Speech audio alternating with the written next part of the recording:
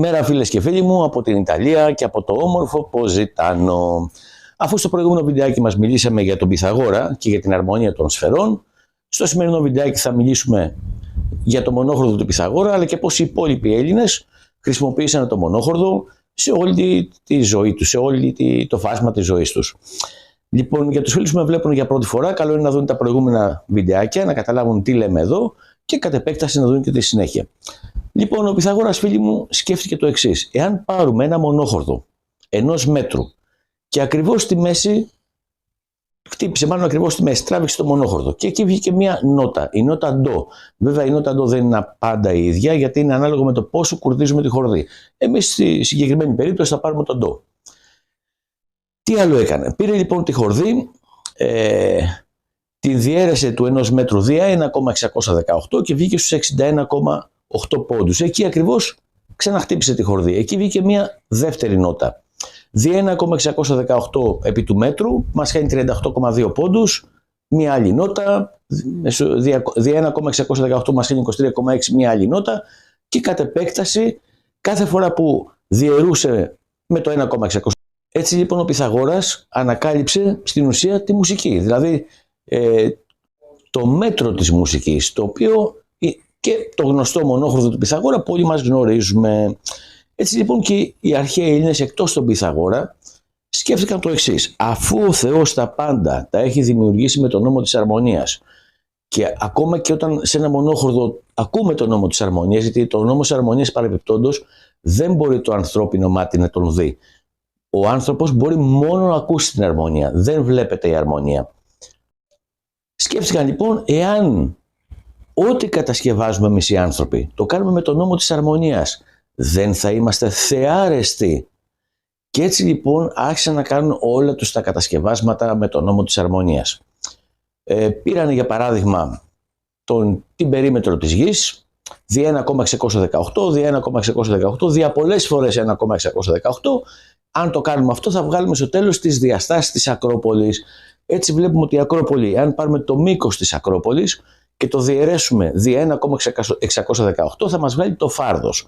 Και αν το ξαναδιαιρέσουμε δια 1,618 θα μας βγάλει το ύψος. Μπροστά έχουμε τα αετώματα, τα τρίγωνα. Εκεί τι έκαναν? Στις μοίρες, επειδή οι μοίρες είναι 360 μοίρες, όσο και στην ουσία είναι οι ημέρες, οι ημέρες στην πραγματικότητα είναι 360 και όχι 365, ας το πούμε. Λοιπόν, θα το εξηγήσουμε πιο κάτω σε άλλα βιντεάκια αυτά, γι' αυτό και οι μοίρες. Λοιπόν, εάν πάρουμε τις 360 μοίρες δια 1,618 θα μας βγάλουν 200 τόσες. Δια 1,618 200 τόσες μοίρες, 100 τόσες μοίρες, δια 1,618 κτλ. Έτσι με αυτόν τον τρόπο βγάζουμε διάφορες μοίρες που είναι αρμονικές. Όταν βλέπουμε λοιπόν να πάνω το τρίγωνο που έχει η Ακρόπολη, άλλες μοίρες έχει στα πλάγια, άλλες μοίρες έχει στην κορυφή. Αυτές οι μοίρες προσδιορίζονται με τον νόμο της αρμονίας και είναι σίγουρα υποδιαίρεση του 360 του κύκλου.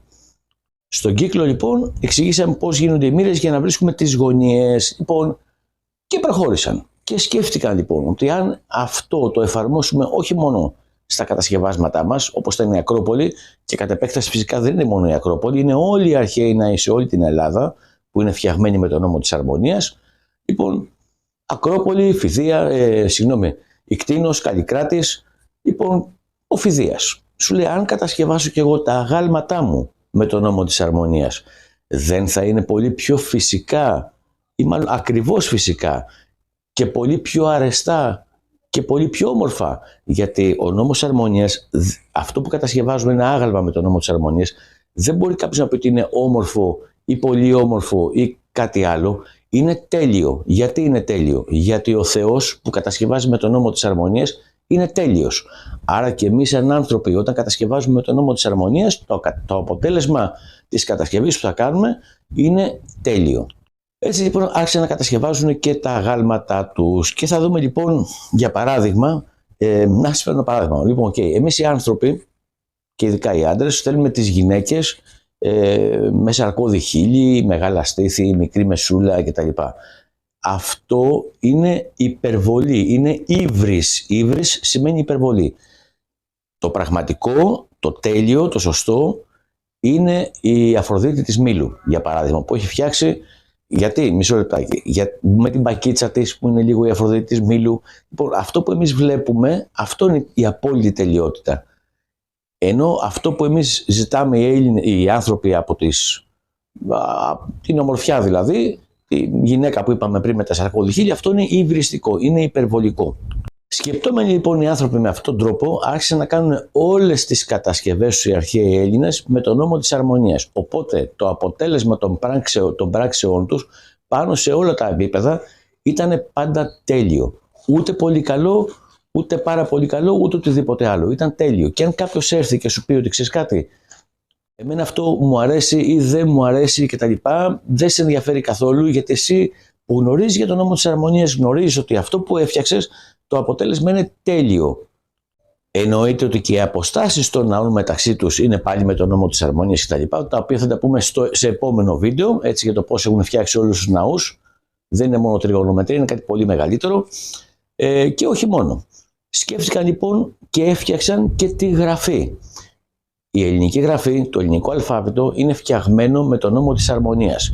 Η ελληνική γλώσσα είναι φτιαγμένη με τον νόμο της αρμονίας. Γι' αυτό είναι μια τέλεια γλώσσα. Όχι η ελληνική που μιλάμε σήμερα, αλλά η αρχαία ελληνική στη δωρική της μορφή. Με μια κουβέντα, εάν ο Θεός μιλούσε, θα μιλούσε μόνο αρχαία ελληνική δωρική. Λοιπόν, φίλε μου, δεν ξέρω τι επάγγελμα έχεις και τι επάγγελμα κάνεις, αλλά εάν καταφέρεις να προσαρμόσεις τον νόμο της αρμονίας πάνω στο επάγγελμά σου, να ξέρεις ότι το αποτέλεσμα της δουλειάς σου θα είναι τέλειο και μόνο τέλειο. Για παράδειγμα, αν είσαι ζωγράφος, εάν είσαι αρχιτέκτονας ή και πολλά άλλα επαγγέλματα που μπορούν να το κάνουν αυτό το πράγμα. Λοιπόν, θα ήταν καλό να ψαχθείς και εσύ λίγο περισσότερο, να δεις πώς εφαρμόζεται ο νόμος της αρμονίας. Σίγουρα θα βρεις πολλές πληροφορίες στο ίντερνετ πάνω στο δικό σου επάγγελμα και να μπορέσεις να γίνεις κι εσύ, τι άλλο, ένας μικρός θεός. Ένας μικρός θεός, θεάρεστος στον μεγάλο αρχιτέκτονα του σύμπαντος, όπως λένε οι μασόνοι. Γι' αυτό το λένε και μεγάλο αρχιτέκτονα του σύμπαντος. Γιατί είναι στην πραγματικότητα μεγάλος αρχιτέκτονας του σύμπαντος. Δεν μιλάω θρησκευτικά εδώ πέρα, μιλάμε ελεύθερα σαν άνθρωποι, σαν ελεύθερα μυαλά, προσπαθώντας να κατανοήσουμε μέσα από τα μαθηματικά τον ίδιο το Θεό, για να μην γίνω σε κάποιους ανθρώπους παρεξηγήσιμος με την κουβέντα που είπα. Προσπαθώ απλά να δω το Θεό, να ανακαλύψω το Θεό, έτσι, και να είμαι θεάρεστος σε Αυτόν. Πέρα από θρησκείες και πέρα από οτιδήποτε άλλο. Μόνο με τα μαθηματικά. Δεν θα ήθελα να το συνεχίσω περισσότερο αυτό το βιντεάκι. Θέλω να είναι ένα μικρό βίντεο. Αυτό που θέλω εγώ από εσάς είναι, επειδή και εγώ δεν είμαι ο τέλειος, και εγώ ψάχνομαι και εγώ προσπαθώ να βοηθήσω ανθρώπους, καλό είναι και σε ίδιοι αυτό που θέλω από εσάς δηλαδή, είναι να ψαχτείτε περισσότερο πάνω στον νόμο της αρμονίας και να δείτε πώς μπορείτε να εφαρμόσετε κι εσείς στο δικό σας επάγγελμα ή σε οτιδήποτε άλλο τον νόμο της αρμονίας, ώστε να μπορείτε να είναι τέλειο το αποτέλεσμα σε αυτό που κάνετε. Μετά από τα μικρά παραδείγματα που σας έφερα για τους αρχαίους Έλληνες, οι οποίοι είχαν κυριολεκτικά τρέλα με την αρμονία και καλά κάνανε, γιατί αυτό είναι το σωστό. Έτσι, μετά από αυτά λοιπόν ήρθε ο σκοταδισμός και ο σκοταδισμός τα έκρυψε όλα αυτά τα πράγματα και τα κράτησε για τον εαυτό του. Από εκεί και πέρα οι άνθρωποι, όποιος ήξερε για τέτοια πράγματα βασικά, και εγώ ήταν στην πυρά. Ήτανε μάγισσα, μάγος ή οτιδήποτε άλλο. Λοιπόν, και φυσικά μετά το σκοταδισμό ήρθε η αναγέννηση, για την οποία θα μιλήσουμε στα επόμενα βίντεο. Θα δούμε πώς οι τέχνες, τι είναι η πραγματικά τέχνη και τι είναι η χειροτεχνία και πολλά άλλα πράγματα. Δεν θα ήθελα να το προχωρήσω άλλο το βιντεάκι μου, θέλω να το σταματήσω εδώ όπως είπα και προηγουμένως. Σας ευχαριστώ πάρα πολύ που μου είδατε και σήμερα, ελπίζω να μάθατε κάτι παραπάνω. Καλή σας μέρα από την Ιταλία και από το όμορφο Ποζιτάνο. Γεια σας και πάλι γεια σας.